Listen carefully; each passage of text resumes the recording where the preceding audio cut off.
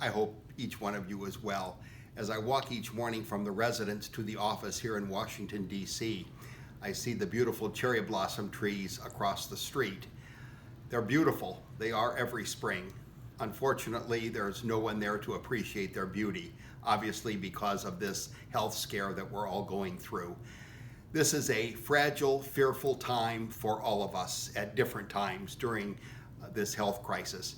It's certainly a time in which reaching out to one another is more important than ever. A listening heart, a kind word is more important. It seems that people appreciate that kind of positive gesture even more during this kind of crisis.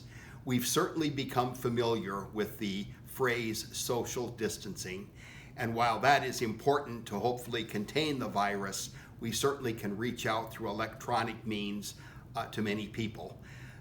Yesterday, we had a meeting with the superiors at our council meeting, and one of them mentioned to us that they did live streaming of Mass on Sunday. 10,000 people listened to the Mass, some even as far away as Peru. That was very good to hear. So there really is still a lot of outreach that we can do in a very positive way. I asked the council members whether or not they wanted to come to Washington for the provincial council meeting. We're in the midst of that right now. All of them said no. I was glad to see that they stayed home. So they're certainly observing the social distancing as well. Just want to remind you the Oblates that Warren Brown is in the province, and he will be continuing the consultation for Oblate leadership that he has already begun. He or Jim Brobst will be in contact with you as far as a time and date when he can meet with you electronically. Also on the council, important news, we named Scott Woodward as the new president of OST, so that's very good news.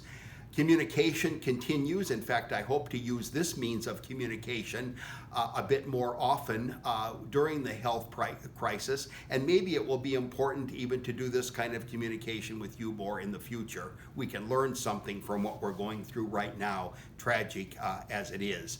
To our employees, wanting to let you know there will be regular communication to you that continues.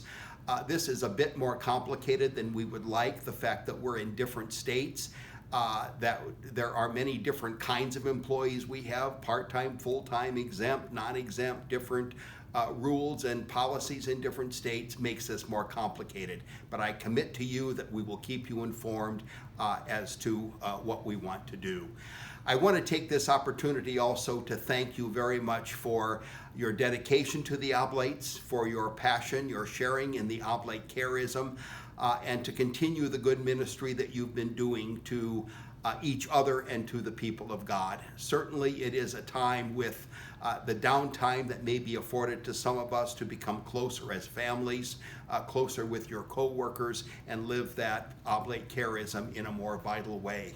Will Shaw suggested to me that I end this short video with a prayer. I was going to compose a prayer last night, and then I suddenly thought of a reporter's question to Pope Francis. Pope Francis recently went to a couple different shrines in Rome, and at each shrine prayed for about 20 minutes. The reporter asked him, "Holy Father, what did you pray for?" The Holy Father said, "God, end this crisis."